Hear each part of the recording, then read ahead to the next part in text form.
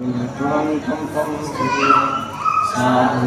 सावधूतं परिजनसहितं कृष्णचैतन्यदेवं श्रीराधा कृष्ण पदान् सहगना ललिता श्रीशाखान्वितांश्च नमः विष्णुपादाय कृष्णपृष्ठाय भूतले श्रीमते भक्तिवेदान्तस्वामिनिति नमस्ते सारस्वती देवे गौरवाणी प्रचारिणे निर्विशेष शून्यवादी कृष्ण प्रेम प्रदायते कृष्णाय कृष्ण चैतन्य वाञ्छाकल्पतरुभ्यश्च कृपा सिन्धुभ्येव पतितानां पावनेभ्यो वैष्णवेभ्यो नमो नमः। जय श्री कृष्ण चैतन्य प्रभु नित्यानंद श्री अद्वैत गदाधर शिवासादि श्री गौर भक्तवृंद।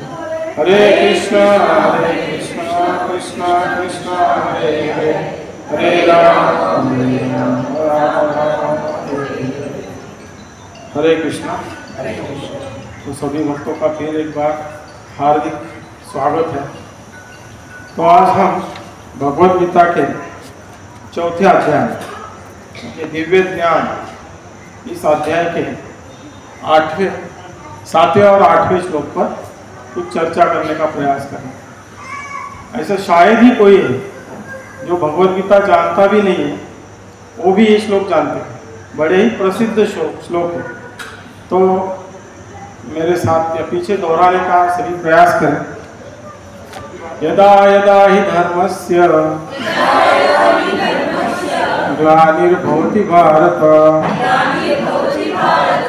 अभ्युत्थानमधर्मस्य तदात्मानं सृजाम्यहम् परित्राणाय साधूनां विनाशाय च दुष्कृतां धर्म संस्थापनार्थाय संभवामि युगे युगे। यदा यदा हि धर्मस्य ग्लानिर्भवति भारत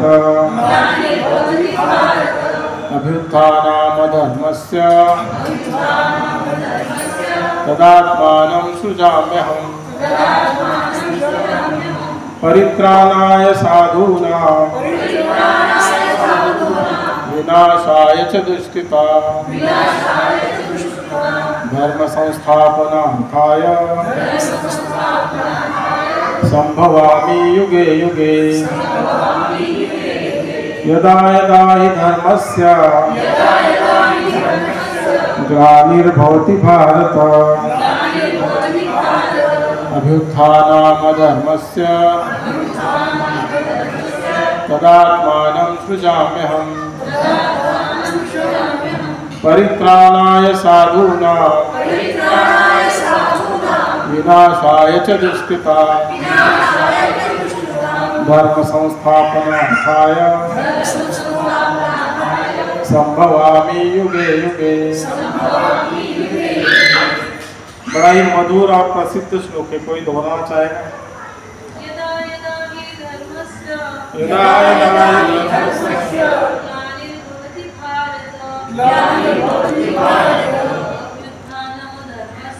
अभ्युत्थानमधर्मस्य तदात्मानं सृजाम्यहम् परित्राणाय साधूनां विनाशाय च दुष्कृतां धर्म संस्थापनार्थाय संभवामि युगे युगे। और कोई? यदा यदा हि धर्मस्य ग्लानिर्भवति भारत अभ्युत्थानमधर्मस्य तदात्मानं सृजाम्यहम् परित्राणाय साधूनां विनाशाय च दुष्कृतां धर्म संस्थापनार्थाय संभवामि युगे युगे। यदा यदा हि धर्मस्य ग्लानिर्भवति भारत अभ्युत्थानम् अधर्मस्य तदात्मानं सृजाम्यहम् परित्राणाय साधूनां विनाशाय च दुष्कृतां धर्म संस्थापनार्थाय संभवामि युगे युगे। बहुत बहुत धन्यवाद। तो हम इस श्लोक का अर्थ देखेंगे। अर्थ और तात्पर्य जगत गुरु श्रील प्रभुपाद के द्वारा। जगत गुरु श्रील प्रभुपाद की यदा यदा ही धर्मस्य, हे भरतवंशी, जब जब भी और जहाँ भी धर्म का पतन होता है और अधर्म की प्रधानता होती है, होने लगती है, तब तब मैं अवतार लेता हूँ। और अगला श्लोक का अर्थ है परित्राणाय साधूनां, भक्तों का उद्धार करने, दुष्टों का विनाश करने तथा धर्म की फिर से स्थापना करने के लिए मैं हर युग में प्रकट होता हूँ। तो यहाँ पर सृजामि शब्द महत्वपूर्ण है। सृजामि सृष्टि के अर्थ से नहीं युक्त किया गया। इसका अर्थ है क्योंकि पिछले श्लोक के अनुसार भगवान के स्वरूप या शरीर की सृष्टि नहीं होती। भगवान के शरीर की सृष्टि नहीं होती, भगवान अवतरित होते हैं। भगवान का शरीर कभी भी बदलता नहीं है। तो बहुत ही सुंदर तात्पर्य प्रभुपाद जी ने लिखा है। तो हम तात्पर्य घर जाके पढ़ेंगे। मैंने कुछ जो बहुत पढ़ा है, कुछ थोड़ा बहुत पढ़ा है, उसके आधार से हम चर्चा करेंगे। तो भगवान कहते हैं प्रत्येक युग में मैं अवतार लेता हूँ। क्या कहते हैं भगवान? यदा यदा ही धर्मस्य ग्लानिर्भवति भारत अभ्युत्थानम् अधर्मस्य तदात्मानं सृजाम्यहम्। भगवान अवतार लेते हैं। कैसे अवतार लेते हैं?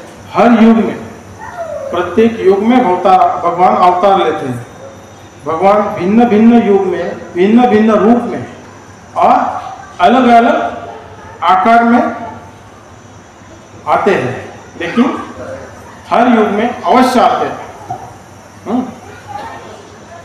तो सत्य युग है, त्रेता युग है, द्वापर युग है, कलियुग है। ये चारों युग में भगवान आते हैं। क्यों आते हैं भगवान? यहाँ पे कहा है ना, परित्राणाय साधूनां, और साधुओं की रक्षा करने के लिए। दूसरा विनाशाय च दुष्कृता, दुष्टों का विनाश करने के लिए। और तीसरा एक कारण धर्म संस्थापना, भगवान धर्म की स्थापना करने के लिए आते हैं। भगवान खुद कह रहे हैं मैं युग युग में आता हूँ। और किस लिए आता हूँ? साधुओं की रक्षा करने के लिए, दूसरा दुष्टों का विनाश करने के लिए, और तीसरा धर्म की स्थापना करने के लिए। तो यह प्रश्न उठता है कि परित्राणाय साधूनां, भगवान कहते हैं साधुओं की रक्षा करने के लिए। लेकिन हम व्याकरण की दृष्टि से या फिर भक्ति की दृष्टि से अगर देखें तो साधु शब्द का अर्थ ही है भगवान के द्वारा रक्षित व्यक्ति। तो जो व्यक्ति भगवान के द्वारा ऑलरेडी रक्षित है, तो उसकी रक्षा करने के लिए भगवान आते हैं। क्या कहते हैं भगवान? मैं साधुओं की रक्षा करने के लिए आता हूँ। तो साधु शब्द का भक्ति की दृष्टि से या संस्कृत व्याकरण की दृष्टि से अर्थ अगर देखा जाए तो ऑलरेडी वो भगवान के, साधु शब्द का अर्थ ही यही है जो भगवान द्वारा रक्षित है। जो भगवान द्वारा रक्षित है ऑलरेडी, उनकी रक्षा करने के लिए भगवान आते हैं। तो देखिए, जो अब तक शरणागत हुआ नहीं है उसको क्या कहते हैं? साधक। और जो ऑलरेडी शरणागत है भगवान के, वो है साधु। तो जो शरणागत है उसकी रक्षा ठीक, जो ऑलरेडी रक्षित है जय श्री राधा कृष्ण चंद्र भगवान की जय। श्री राम।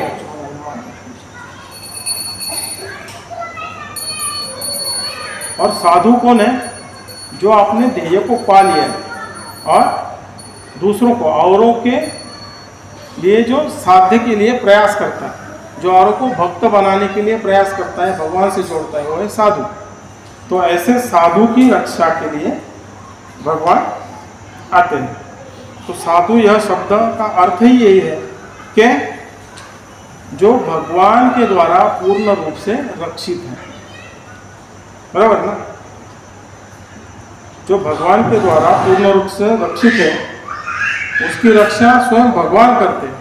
और भगवान यहाँ पे क्या कह रहे हैं कि मैं साधु की रक्षा, परित्राणाय साधुनाम, साधु की रक्षा के लिए मैं अवतार लेता हूँ। तो देखिए, जो मेरी द्वारा, भगवान कहते हैं जो मेरे द्वारा रक्षित है, उनकी रक्षा करने के लिए मैं अवतार लेता हूँ। तो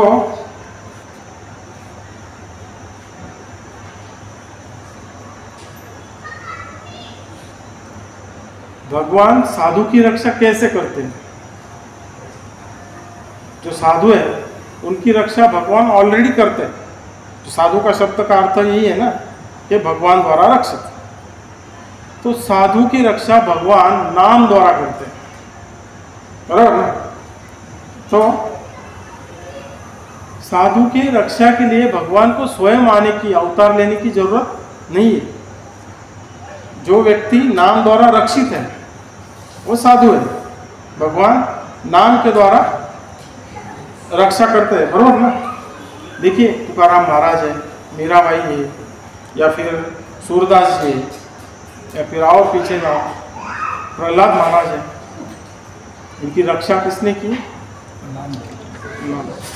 भगवान ने रक्षा। परित्राणाय साधुनाम, ये सब साधु है, भगवान के द्वारा रक्षित है। कैसे रक्षित है? नाम के द्वारा। देखिए, नरसिंहदेव भगवान एक बार आए, बराबर, लेकिन प्रहलाद महाराज को कितनी बार तकलीफ दी हिरण्यकश्यप ने, लेकिन हर बार भगवान ने रक्षा की। कैसे? हर बार भगवान का नाम लेते, नारायण नारायण नारायण, क्या? ओम नमो भगवते वासुदेवाय, हरे कृष्णा कृष्ण कृष्ण हरे हरे, हरे राम राम राम हरे हरे। तो अनेक बार हिरण्यकश्यप ने प्रहलाद जी को तकलीफ दी, प्रहलाद जी को मारना चाहा, लेकिन भगवान उनकी रक्षा करते रहे। कैसे? नाम द्वारा। देखिए, गजेंद्र ने, जब गजेंद्र को ग्राहा ने पकड़ लिया पानी में, तो उसने भगवान को पुकारा, तो भगवान ने उनकी भी रक्षा की। कैसे रक्षा की? नाम द्वारा। और द्रौपदी ने जब पुकार लगाई, गोविंद गोविंद, तो तुरंत भगवान आ गए। तो ऐसे अनेक उदाहरण हैं कि जिनके नाम द्वारा रक्षा करते हैं भगवान। तो कलिकाल का बद्ध जीव इस उदाहरण से कितना सीखा है? सभी नाम का आश्रय ले चुके हैं। तो इतने बड़े बड़े उदाहरण हैं, फिर भी कलिकाल का बद्ध जीव नामाश्रय नहीं लेता। कितनी दुख की बात है। तो नाम सर्वथा समर्थ है साधुओं की रक्षा करने के लिए, बराबर। और भगवान क्या कहते हैं? मैं साधुओं की रक्षा करने के लिए आता हूँ। तो थोड़ा विरोधाभास लगता है। ऑलरेडी रक्षित है, उनकी रक्षा करने के लिए आता है। देखिए, साधु जो है और जो साधक है, इसमें बहुत ज़्यादा परेशान कौन है? देखिए, साधु है कि साधक? साधक ज़्यादा परेशान। साधक को परेशानी क्या है? अरे आज मार्केट गिर गया, आज मार्केट बहुत आगे निकल गया, या ये नहीं हुआ वो नहीं हुआ, बस इतना ही टेंशन है। साधु को ज़्यादा टेंशन है। क्या टेंशन है साधु को? देखिए, नाम जप करके भगवान के प्रति जो हृदय में प्रेम उत्पन्न हुआ है ना साधु को, तो वो प्रेम की इतनी अग्नि जलती है कि वो हर समय सोचता है कि मेरे प्रभु के दर्शन मुझे कब हो, कब मेरे प्रभु के दर्शन, हर कण में वो उसको मालूम है। यहाँ कोई ऐसा है कि मराठी समझता नहीं,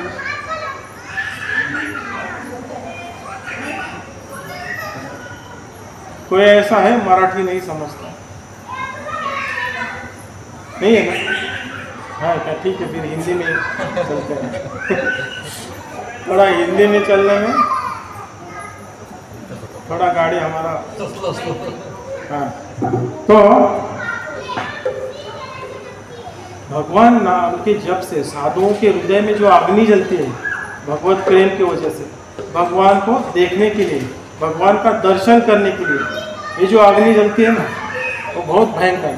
तो उस अग्नि की जो जलन है उसको मिटाने के लिए भगवान अपने भक्त को, साधु को दर्शन देने के लिए आते हैं। तो परित्राणाय साधुनाम, इसका अर्थ क्या है? भगवान अपने भक्त के हृदय में जो प्रेम अग्नि जल रही है उसको शांत करने के लिए, उसको अपने भक्त को दर्शन देने के लिए अवतार लेते हैं, आते हैं। तो देखिए साधु कैसा है? साधु को इस जगत का जो टेंशन है, क्या बोलते हैं, आदि दैविक, आदि भौतिक, आदि आध्यात्मिक जो क्लेश है, इससे साधु को कोई क्लेश नहीं होता। साधु कैसा है? पद्म पद्म पत्र इम्भसा, कैसा है? जो पद्म, कीचड़ में जो पद्म उगा है, जो कमल उगा है, उसका जो पत्र है वो कीचड़ में रहते हुए भी उसको कीचड़ नहीं स्पर्श कर सकता। तो इस भौतिक जगत में कली काल में रहकर भी साधु को यह आदि दैविक, आदि भौतिक क्लेश कोई तकलीफ नहीं दे सकते। तो साधु को क्लेश क्या है? साधु का परित्राण किससे करना है? जो प्रेम अग्नि हृदय में जली है उससे बचाने के लिए, या फिर वो प्रेम का आदान प्रदान करने के लिए। परित्राणाय साधुना, बराबर है ना? तो साधु को रक्षण करने के लिए भगवान नहीं आते। भगवान साधु का रक्षण तो नाम ही कर देता है। भगवान आते हैं भक्त से आदान प्रदान करने के लिए, जो अग्नि जली है उससे परित्राण करने के लिए।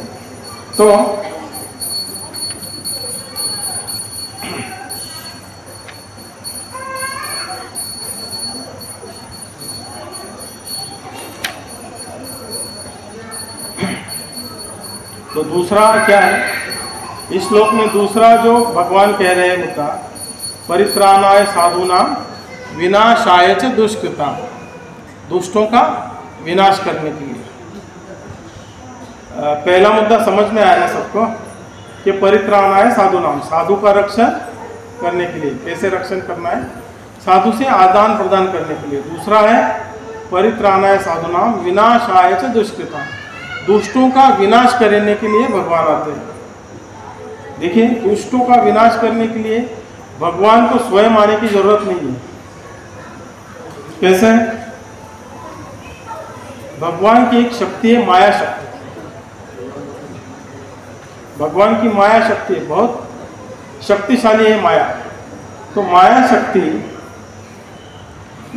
क्या क्या कर सकती है? देखिए, दुष्टों का विनाश करने के लिए भगवान को आने की जरूरत नहीं, माया शक्ति वो सब काम करती है। अगर सुनामी आ जाए, या कल परसों ही जो आके गया कोरोना महामारी आ गया, या फिर भूकंप हो जाए, अभी म्यांमार में जो भूकंप हुआ है, तो ये सब करके माया शक्ति इस अपनी शक्ति से सारे दुष्टों का विनाश कर सकती है। तो दुष्टों के विनाश के लिए भगवान को आने की जरूरत नहीं। देखिए, अभी रामनवमी हुई तो भगवान रामचंद्र रावण को मारने के लिए नहीं आए। प्रभुपाद जी कहते हैं एक जगह पे कि अगर सूर्य उगता है, सूरज का उगने का कारण जो है, सूर्य उगवण्याचं कारण, सूर्य फक्त कोहरा हटाने के लिए नहीं उगता है, वो तो अपने आप हो जाता है। सूर्य उगने का कारण अलग है। तो ये जो माया शक्ति है भगवान की, वो दुष्टों का विनाश करने के लिए काफ़ी है। देखिए, रावण को 10 सिर है, लेकिन हृदय तो एक ही है।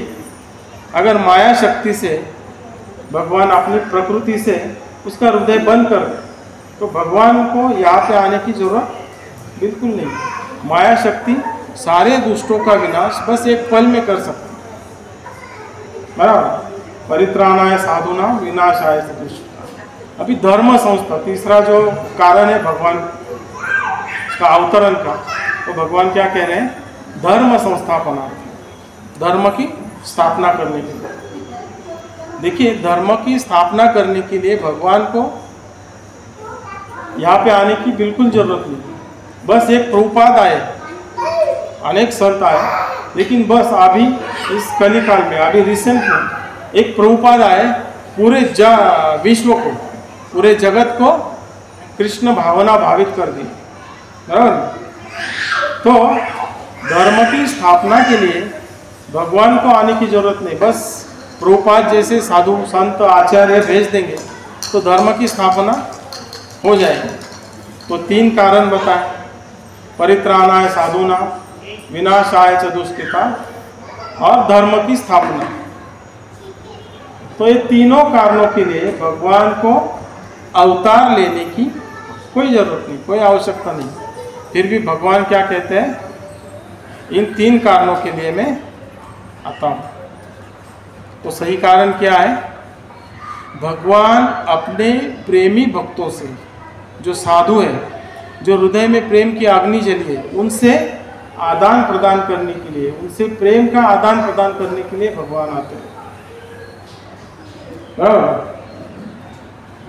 तो भगवान भी सोचते हैं, अरे भक्त इतना मेरा प्रेम से नाम रट रहा है। कितने सारे भक्त हैं जो पूरे अपने जीवन काल में एक समय भी, एक क्षण भी नहीं गवाता और पूरा जीवन भगवान का नाम बड़े प्रेम से लेते रहता है।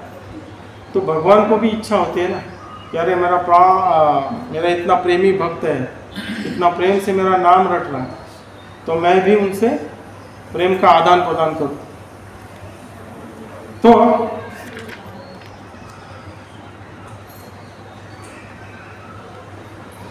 तो भगवान हर युग में आते हैं, सत्य युग में भी आते हैं, त्रेता में भी आते हैं, द्वापर में आते हैं, कली युग में भी आते हैं। तो हर युग में भगवान आते हैं। तो भगवान आते हैं तो कोई ये नहीं समझना चाहिए कि हम यहाँ पे हैं और भगवान कहीं दूर बैठे। तो भगवान हमसे प्रेम करने के लिए आते हैं। तो भगवान को हमें अपना घर का सदस्य समझ लेना चाहिए। भगवान हमारे घर के सदस्य हैं, उनसे प्रेम का आदान प्रदान करना चाहिए। हर रोज भगवान की पूजा अर्चा, भगवान को प्रेम से भोग लगाना चाहिए। तो भगवान जैसे साधुओं के लिए आए, वैसे हमसे भी आदान प्रदान करेंगे। तो हर युग में भगवान आते हैं ममता, प्रेम करने के लिए। ऐसे मनोहरी लीला करते हैं भगवान के भक्त के हृदय में, या फिर हर कोई व्यक्ति के हृदय में भगवान को जानने के लिए, भगवान से प्रेम करने के लिए उत्कंठा निर्माण हो।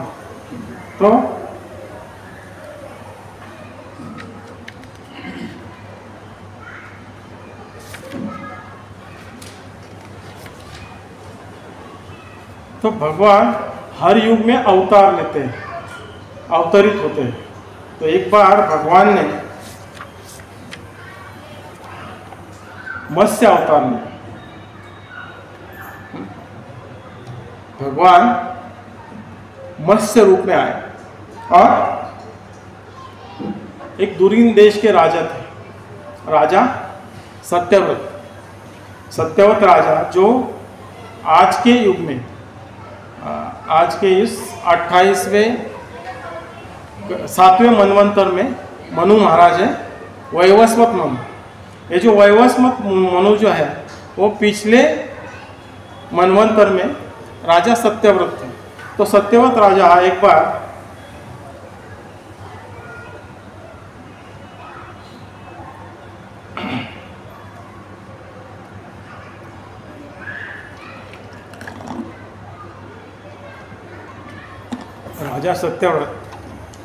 गीतमाला नदी में श्री भगवान को तर्पण कर रहे थे। तो अकस्मात एक छोटा सा मछली का एक छोटा सा बच्चा उनके अंजलि में आ गया और वो सहसा अपने वो साहजी का वो तर्पण कर रहे थे। वो राजा सत्यव्रत ने उन्हें फिर नदी में छोड़ दिया, अर्पण कर दिया, भगवान को जल अर्पण कर रहे थे। तो जैसे ही जल अर्पण किया सत्यव्रत राजा मुनि महाराज ने, तो वो छोटा सा मत्स्य का जो बच्चा है वो मनुष्य के भाषा में बोल पड़ा कि हे महाराज, ये जलचर जीव जो है बड़े क्रूर होते हैं, जलचर जीव बड़े क्रूर होते हैं, वो अपनी ही संतान को खा जाते हैं। तो मुझे बड़ा ही भय है, कृपया आप मुझे अपने साथ ले चलो, जिससे मैं इन क्रूर जलचरों से बच जाऊँ। तो सत्यव्रत मुनि ने दयावश उस मत्स्य को अपने कमंडलू में ले लिया और जैसे ही वो घर पे आए, अपने राजमहल में आए, तो जो मत्स्य है वो कमंडलू में सुरस गया। तो कमंडलू में जगह उसको कम पड़ने लगी। तो वो मत्स्य फिर बोल पड़ा, महाराज जी, ये जगह हमें बहुत कम पड़ रही है, कोई बड़ा सा बर्तन में हमें रखिए। तो महाराज जी ने बड़ा बर्तन लिया, उसमें रख दिया। तो कुछ ही घंटों में फिर से वो भर गया। तो शाम तक महाराज जी ने उस मत्स्य को अपने राजमहल के पुष्कर में, एक सरोवर में छोड़ दिया। तो सुबह तक वो पूरा सरोवर सोख लिए मत्स्य भगवान। तो सुबह राजा से वो मत्स्य बोला कि यही भी जगह मुझे कम पड़ रही है, मुझे ऐसा करो, तो जहाँ से लाए हैं कृतमाला नदी में फिर से छोड़ दो। तो राजा सत्यव्रत ने उस मत्स्य को फिर से कृतमाला नदी में छोड़ दिया। देखिए, बड़े आश्चर्य की बात है, महाराज को बड़ा आश्चर्य हुआ कि ये मत्स्य कल जब मैंने तर्पण कर रहा था तो अंजलि में आके मनुष्य की भाषा में बोला कि मुझे यहाँ बड़ा अपने जीवन का डर है। देखिए, भगवान की लीला बड़ी ही आश्चर्यजनक है। कितना आश्चर्य है कि कल ये मत्स्य बोल रहा था कि मुझे जलचर जीवों से बड़ा डर लग रहा है, और आज वो इतना बड़ा हो गया मत्स्य कि वो सरोवर में भी समा नहीं पाया। और वही मत्स्य क्या बोला कि मुझे फिर से तो कृतमाला नदी में छोड़ दो। तो बड़ी ही अद्भुत लीला है भगवान। तो जैसे ही मत्स्य को सत्यव्रत महाराज ने छोड़ दिया नदी में, तो आश्चर्य के कारण महाराज जी उस मत्स्य को बोले कि होना होगा कि आप मेरे भगवान हैं, कि आप जिस तरह से ये लीला कर रहे हैं आप मेरे भगवान ही हो सकते हैं, दूसरा कोई ऐसा कर ही नहीं सकता। तो मत्स्य भगवान बोले कि हाँ, आपने सही पहचाना कि मैं ही नारायण हूँ और एक विशेष कारण से मैं यह लीला कर रहा हूँ। तो आज से 7 दिन के बाद एक प्रलय होगा, और जब प्रलय होगा ब्रह्मा जी का दिन समाप्त होगा और ब्रह्मा जी की निशा शुरू होगी। तो एक कल्प खत्म होने के बाद प्रलय होता है। तो देखिए, ब्रह्मा जी का हर एक दिन 1000 चतुर्युग का रहता है, एक मनवंतर 1000 चतुर्युग। तो 1000 चतुर्युग के बाद ब्रह्मा जी का एक दिन खत्म होता है और उतनी ही बड़ी ब्रह्मा जी की रात होती है। तो जैसे ही ब्रह्मा जी का दिन खत्म होता है तो एक कल्प खत्म होने के बाद एक प्रलय होता है, और ब्रह्मा जी की जीवन काल को क्या कहते हैं, जीवन काल जो है वो महाप्रलय होता है। जब ब्रह्मा जी का एक दिन खत्म होता है तो प्रलय होता है, और ब्रह्मा जी की पूरी आयु खत्म होती है तो महाप्रलय होता है। तो ब्रह्मा जी का दिन खत्म हो रहा था और मत्स्य भगवान बोले कि आज से 7 दिन के बाद ये ब्रह्म निशा शुरू होगी, तो प्रलय हो, तो आप ऐसा कीजिए, सारे सप्तर्षि और सब देवी देवताओं को मैं 7 दिन के बाद आऊँगा, तो आप एक नौका, आप सभी और सप्तर्षि सब एक नौका में बैठ जाइए और वो नौका मेरे सिंह से बांध दीजिए और फिर मैं आपको बचा लूँगा। तो महाराज जी घर पे आए और दिन गिनने लगे। जैसे ही 7वां दिन आया, अकस्मात प्रलय हुआ और सब ब्रह्मांड पानी से भरने लगा, पूरा ब्रह्मांड पानी से भरने लगा। और जैसे भगवान ने कहा था कि मैं 7वें दिन आऊँगा, तो भगवान बड़ा ही मस्त 8 योजन बड़ा शरीर था। 8 योजन हम तो नाप भी नहीं सकते, बहुत बड़ा शरीर के मत्स्य भगवान प्रकट हुए। और जो नौका थी ये पृथ्वी ही नौका बना दी, पूरी पृथ्वी ही नौका बना दी। और इससे बांधने के लिए वासुकी नाग, इस ब्रह्मांड की बड़ी ही लंबी और क्या बोलते हैं मजबूत रस्सी है वासुकी। तो वासुकी नाग के सहारे सत्यव्रत महाराज ने वो जो नौका थी, पृथ्वी रूपी नौका को भगवान के सिंह से बांध दिया। और पूरी ब्रह्मनिशा, जो प्रलय काल था, पूरी ब्रह्मनिशा तक भगवान इस नौका को पूरे ब्रह्मांड में घुमाते रहे। और बस घुमाते ही नहीं, तो भगवान ने महाराज को और सभी सप्तर्षि, सभी देवता, ब्रह्मा जी सब उस नौका पर सवार थे। उनसे अनेक लीला कथा भगवान ने की। जय श्री राधा कृष्ण भगवान की जय। और जब तक ब्रह्मनिशा थी तो पूरा ब्रह्मांड पानी से भर गया था। तो भगवान ने सारे लोक उनको दिखाए कि ये ध्रुव लोक है, ये अमुक लोक है, वो लोक है। और भगवान ने पूरी कथाएं और पूरे लोक उनको दिखाए। और जैसे ही ब्रह्मनिशा खत्म हुई, वैसे क्या होता है, प्रलय समाप्त हो गया। लेकिन ये जो प्रलय काल था उसमें एक घटना घटी। जो हयग्रीव नाम का असुर था, देखिए ब्रह्मा जी की जब निशा होती है, दिन खत्म होता है, ब्रह्मा जी की निशा होती है। जब निशा होती है ब्रह्मा जी सो जाते हैं, जैसे हम भी रात को सोते हैं।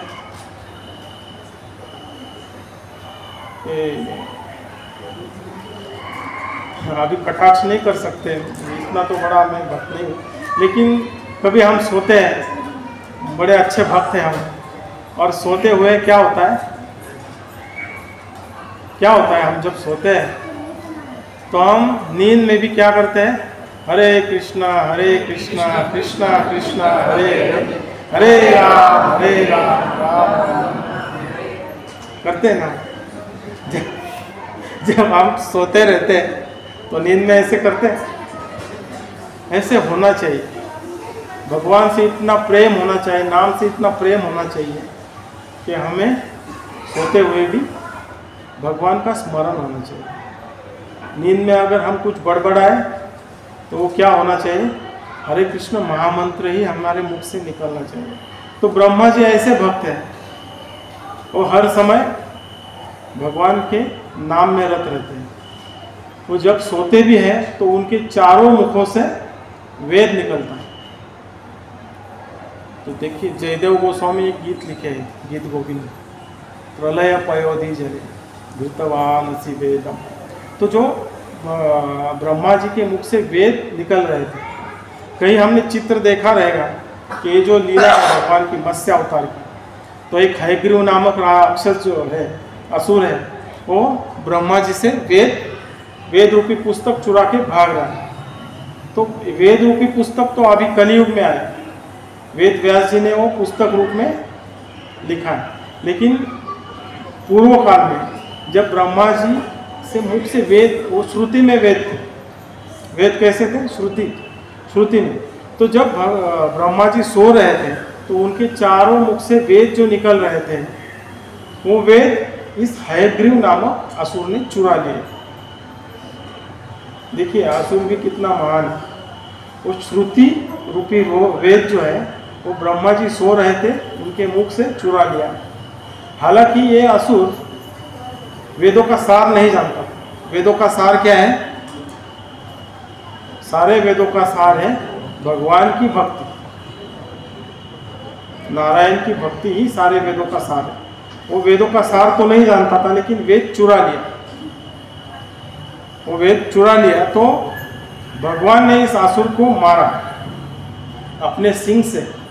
जैसे हिरण्यकश्यप को भगवान नरसिंह ने पेट फाड़ा था, वैसे मत्स्य भगवान ने उस हयग्रीव असुर का अपने सिंह से पेट फाड़ दिया और वो जो सारे वेद चुरा लिया था, वो सारे वेद ब्रह्मा जी को वापस दे दिए और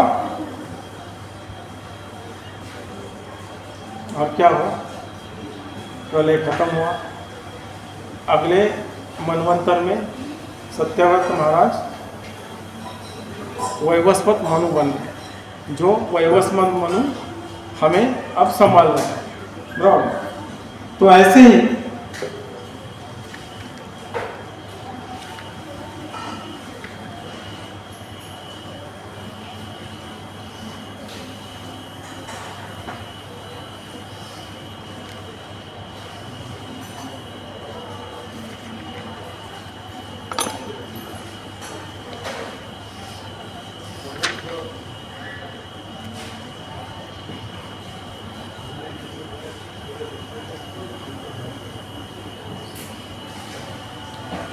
जब भगवान व्यास सुखदेव जी महाराज परीक्षित को कथा सुना रहे थे, भगवान की विविध लीला सुना रहे थे, कौन कौन महाराज जी का जापा टॉक अटेंड करता?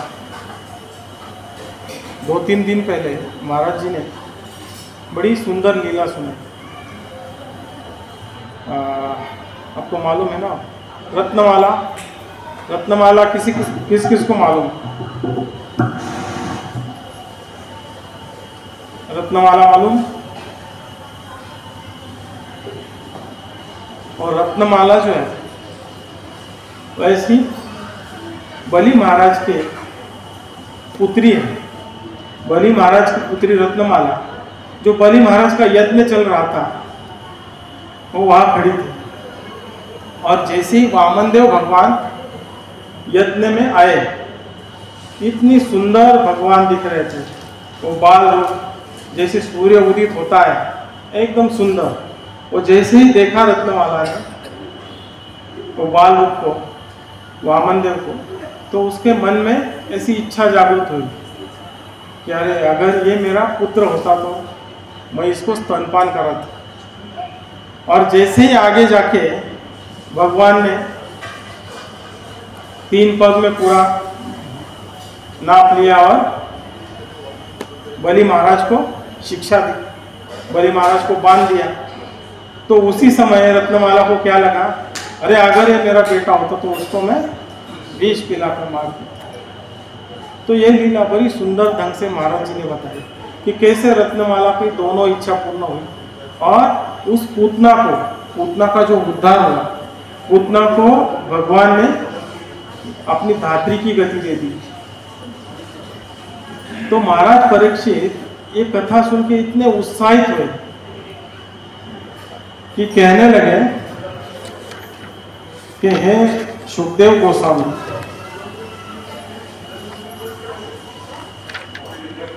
ये जो भगवान की कथा है ना, श्री राजोवाच एन अवतारेण भगवान हरीश्वर करोति कर्णरम्यानि मनोज्ञानी च मे प्रभु। हे प्रभु, भगवान जो अवतार लेते हैं उसमें इतनी सुंदर मनमोहक लीला करते हैं कि वो कर्ण को रम्य करने को रमाती है। तो हमें इतना रममान करते, इतनी सुंदर लीला भगवान हर अवतार में करते हैं कि वो बस सुनते ही रहे ऐसा लगता है। इससे क्या होता है, भगवान की लीला सुनने से भगवान के प्रति भक्त के हृदय में प्रेम जागृत होता है। तो ऐसे ही एक बार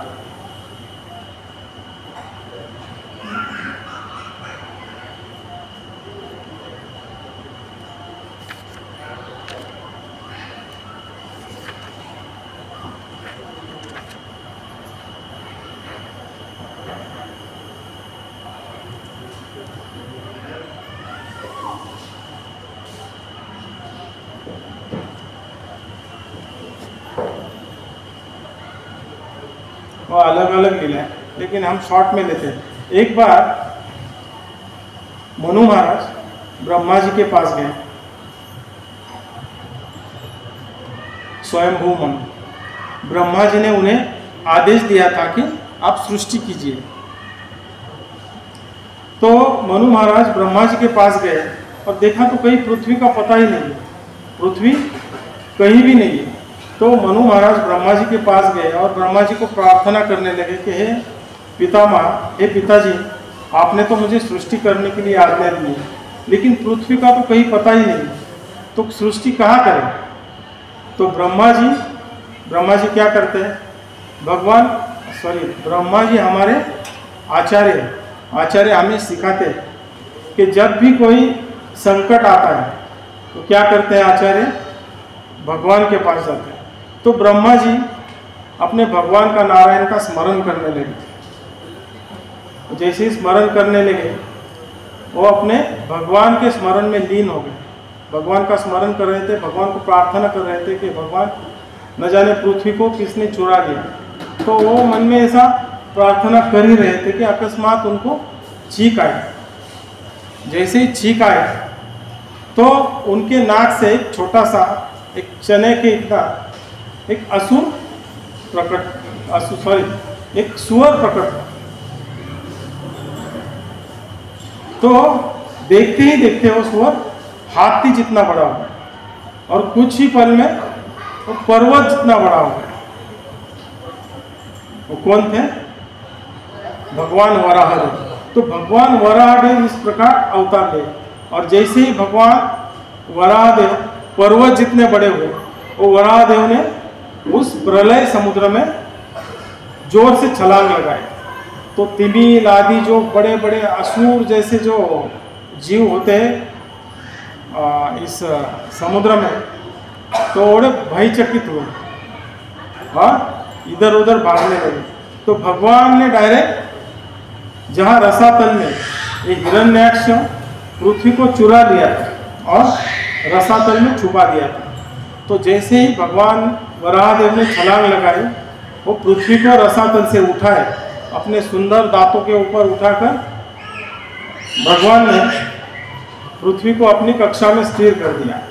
तो जब भगवान वराहदेव पृथ्वी को उठाए तो ये जो असुर था हिरण्याक्ष, इसके कुछ मैनेजर वगैरह कुछ अनुचर थे, उन्होंने जैसे ही भगवान पृथ्वी को ले चले तो उसने फोन किया या फिर सूचित किया हिरण्याक्ष को कि ये जो है विष्णु तुम्हारा धन चुरा के भाग रहा है। तो क्या हो, हिरण्याक्ष बड़े वेग से अपने धन को बचाने के लिए आया और भगवान को अधवा तधवा बोल रहा था, यारे विष्णु तुम चोर हो, तुम मेरा धन चुरा के ले जाओ, कि ये जो है पृथ्वी मुझे ब्रह्मा जी ने दी है अपने भोग के लिए, ब्रह्मा जी ने प्रसन्न होकर मुझे दी। देखिए ब्रह्मा जी को तो पता ही नहीं कि पृथ्वी कहाँ है, और ये हिरण्याक्ष कह रहा है कि ये पृथ्वी मेरे भोग के लिए ब्रह्मा जी ने दी। तो पृथ्वी जब ये झगड़ा कर रहा था भगवान से, भगवान वराहदेव से, पृथ्वी डर गई।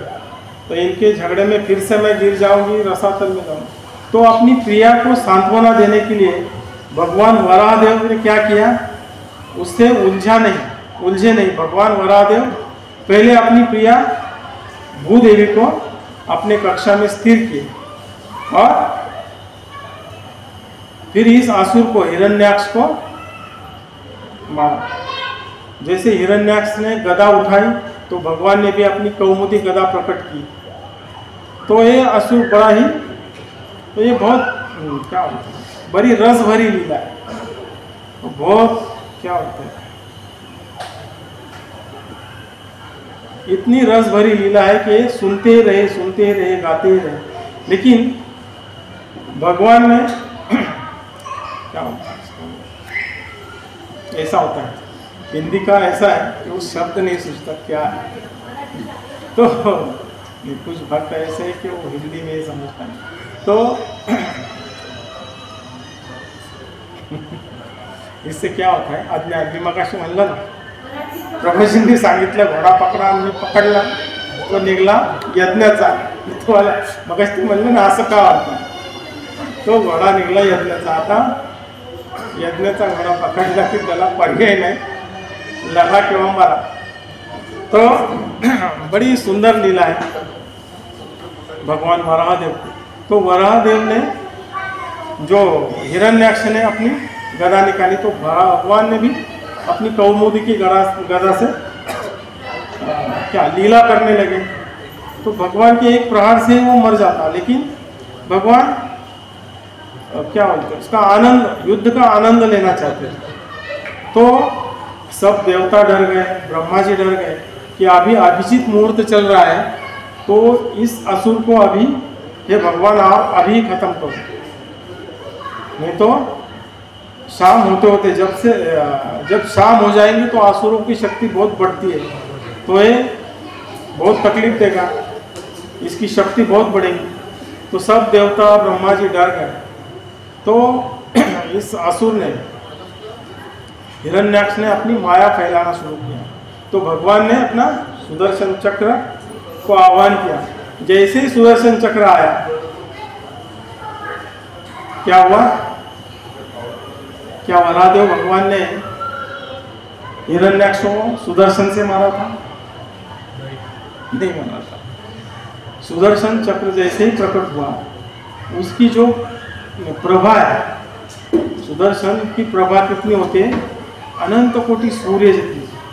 तो सुदर्शन चक्र की प्रभाव से इस असुर की जो माया थी वो सब नष्ट हो गई। और भगवान ने ना उसको गदा से मारा ना सुदर्शन चक्र से, बस हाथ से एक प्रहार से उसको हरिबोल कर दिया। तो ऐसी बहुत सुंदर लीला है भगवान के अनेक अवतारों की। तो आगे चल के जब ये लीला हुई, जब वासुकी नाग का जिक्र आया है, तो वासुकी नाग का उपयोग ये क्या समुद्र मंथन में हुआ था। देवता और दैत्यों ने समुद्र मंथन किया था। तो समुद्र मंथन के लिए मंदराचल पर्वत की जरूरत थी मथनी के लिए। तो मथनी लाते लाते ही कितने सारे असुर और देवता उसके नीचे दबकर मर गए, लेकिन वो मंदराचल नहीं उठा पाया। तो देवताओं ने, असुरों ने तो नहीं, लेकिन देवताओं ने भगवान से सहायता मांगी। तो भगवान गरुड़ जी पे सवार होके वो मंदराचल गरुड़ जी पे लाद कर लेके आए क्षीर सागर का। तो क्षीर सागर ने जैसे तैसे वो स्थापित किए, लेकिन ये जो मंदराचल था इतना भारी होने के कारण वो सिंक हो रहा, डूबने लगा, बस डूब ही गया था। तो भगवान ने कच्छप अवतार लिया। कच्छप अवतार कितना बड़ा था, 8-10 योजन बड़ा, 100 योजन बड़ा। तो इतने बड़े भगवान ने अपनी पीठ पर ये मंदराचल धारण किया और देवता और असुर अमृत के लिए मंथन करने लगे। लेकिन इसमें भी भगवान के जो भक्त होते, भगवान कैसे अद्भुत लीला करते थे। तो भगवान चाहते थे कि ये असुर जो है उनको कुछ शिक्षा मिले। तो असुरों को मुख की तरफ लगाना चाहते थे भगवान कि जब असुर और देवता ये मथेंगे तो जो वासुकी है उनको जो तकलीफ होगी, उनके मुख से विष की ज्वाला बाहर पड़ेगी, तो इससे देवताओं को तकलीफ होगी। तो भगवान ने एक ट्रिक किया कि पहले ही जाकर अजित भगवान ने क्या किया, वो वासुकी के मुख की बाजू को पकड़ लिया। तो दैत्य है, दैत्य जो देवता करते हैं उसके बराबर विरुद्ध करते हैं। तो भगवान ने जैसे ही मुख की बाजू पकड़ ली तो सभी देवताओं ने, जो भगवान का साधु का अनुसरण करते हैं उसको देवता कहते हैं, तो देवता सब मुख की बाजू को पकड़ लिए। तो दैत्यों को बड़ा गुस्सा आया कि अरे हम क्या नीच वंश के हैं, हम भी तो बड़े पढ़े लिखे हैं, PhD इंजीनियर है ना, इंजीनियर है कि नहीं दैत्य, सबसे बड़े इंजीनियर तो दैत्य ही। कोई भी देखो महल बनाना है या कुछ भी बनाना है, कौन करता है, कौन करता है, वो दैत्य। उनका नाम क्या है, पांडवों की मई सभा किसने बनाई थी। तो बड़े, हम भी बड़े पढ़े लिखे इंजीनियर है, डॉक्टर है, PhD है, और हम किसी नीच कुल से नहीं है, हम भी तो कश्यप की संतान है ना। असुर जी किसकी संतान है, दिति की है, और देवता आदित्य की संतान है, लेकिन उनके पिता तो एक ही है ना। पिताजी कौन है, कश्यप जी। अरे हम भी कश्यप जी की संतान है, हम थोड़ी नीच वंश के हैं। तो हम ये जो मलमूत्र त्यागने वाला भाग है ना, उस साइड को हम नहीं पकड़ेंगे। तो भगवान ने ऐसी ट्रिक बनाई, तो खुद ही वासुकी के मुख्य बाजू को पकड़ लिया, और जैसे ही मंथना शुरू हुआ तो वासुकी को जो तकलीफ हो रही थी, वो उनके मुख से विष की ज्वाला निकल रही थी, तो उसमें ये सारे आसुर झुलस गए, बहुत तकलीफ हो गई उनको, और देवता आराम से मथ रहे थे। और इतना सब मेहनत करके भी हुआ क्या, अमृत तो मिला ही नहीं। तो ऐसे भगवान बड़ी ही अद्भुत लीला करते हैं, युग युग में प्रकट होते हैं और बड़ी अद्भुत लीला करते हैं। तो जैसे प्रहलाद महाराज ने, अभी प्रहलाद महाराज जी का जिक्र है, प्रहलाद महाराज ने अपने पिता से कहा कि हाँ, हर कण में भगवान है, हर कण कण में भगवान है, इस खंबे में भी भगवान है। बस प्रहलाद महाराज की भक्ति के खातिर भगवान उस खंबे में भी प्रकट हो, और प्रकट होकर हिरण्यकश्यप को फाड़ दिया। देखिए, तो इतनी अद्भुत और प्रेममयी लीला भगवान करते हैं। किस लिए करते हैं,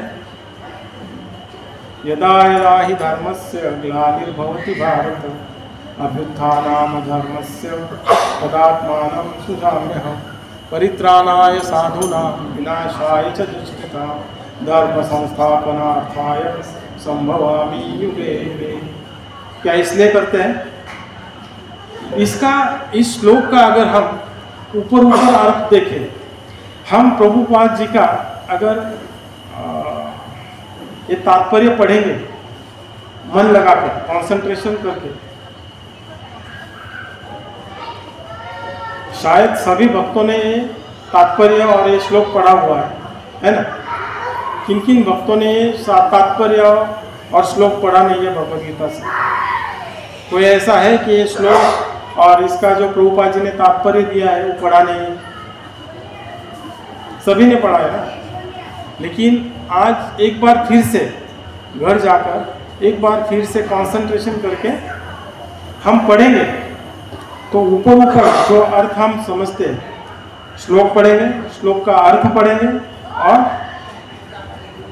जो शब्दार्थ है वो पढ़ेंगे और अर्थ पढ़ेंगे, तो हमें पूरा समझ में नहीं आएगा कि भगवान क्यों आते हैं।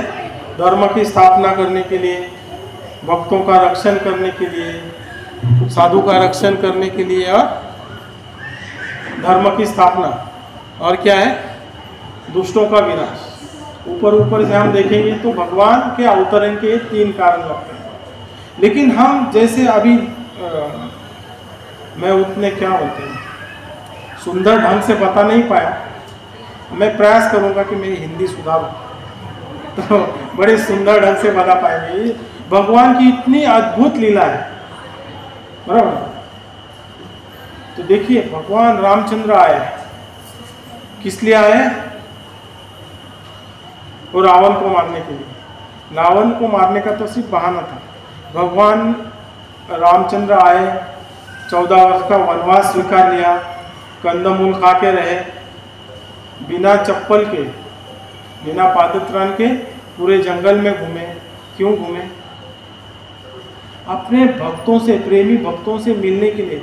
अगर महल में ही रहते तो कितने भक्त भगवान को आमने सामने देख पाते, कितने भगवान को क्या बोलते प्रेम का आदान प्रदान कर पाते। अगर भगवान उधर अयोध्या में ही रहते तो क्या शबरी से मिल पाते? शबरी का जो प्रेम है, शबरी ने क्या दिया? बेर दिए, वो भी झूठे, खा कर टेस्ट करके दिए। तो इतना प्रेम का आदान प्रदान अगर भगवान अयोध्या में रहते तो कर पाते। तो भगवान का क्या बोलते हैं अवतार लेने का मुख्य उद्देश्य क्या है? भक्तों से प्रेममय आदान प्रदान करना। तो जैसे जैसे हम भगवान की लीला सुनेंगे तो हम ये समझ पाएंगे कि भगवान कैसे अपने भक्तों से प्रेम का, भक्ति का आदान प्रदान करते हैं। तो भगवान, तो इस श्लोक से हम क्या समझते हैं कि भगवान आते हैं ये 3 कारणों के लिए नहीं। ये तो जैसे पता है ना, सूर्य उगने के कारण कोहरा हटाना नहीं है। सूर्य सिर्फ कोहरा हटाने के लिए नहीं उगता है, वो तो ऐसे ही हो जाता है। जब सूर्य उगता है तो कोहरा अपने आप हट जाता है। सूर्य उगने का मुख्य कारण वो अलग है।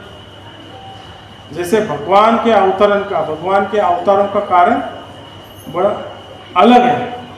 तो हम थोड़ा घर जाके प्रभुपाद ने जो ये तात्पर्य दिया है उससे थोड़ा कॉन्सेंट्रेशन करके फिर से पढ़ेंगे तो हमें समझ में आएगा। और भगवद गीता किस तरह पढ़नी चाहिए, प्रभुपाद जी क्या कहना चाहते हैं, अगदी सुंदर पद्धतीने तात्पर्य प्रभुपादांनी खूप छान लिहिले। तो हम यहाँ पे हम रुकते हैं। अनेक लीलाएं भगवान की बड़ी सुंदर है, लेकिन क्षमा करना मैं उतनी सुंदर ढंग से बता नहीं पाया। अगले बार मैं प्रयास करूँगा, लेकिन मुझे समाधान नहीं हुआ। मैं ऐसे फ्लुएंट हिंदी नहीं बोलता। जैसे यही कथा अगर मराठी में कथा कहते थे तो थोड़ा मज़ा आता था। अगली बार प्रयास करेंगे। तो सभी भक्तों का बहुत बहुत धन्यवाद कि आपने मुझे इतने प्रेम से, शांति से सुना। हरे कृष्ण। जगत गुरु श्री प्रभुपाद की जय।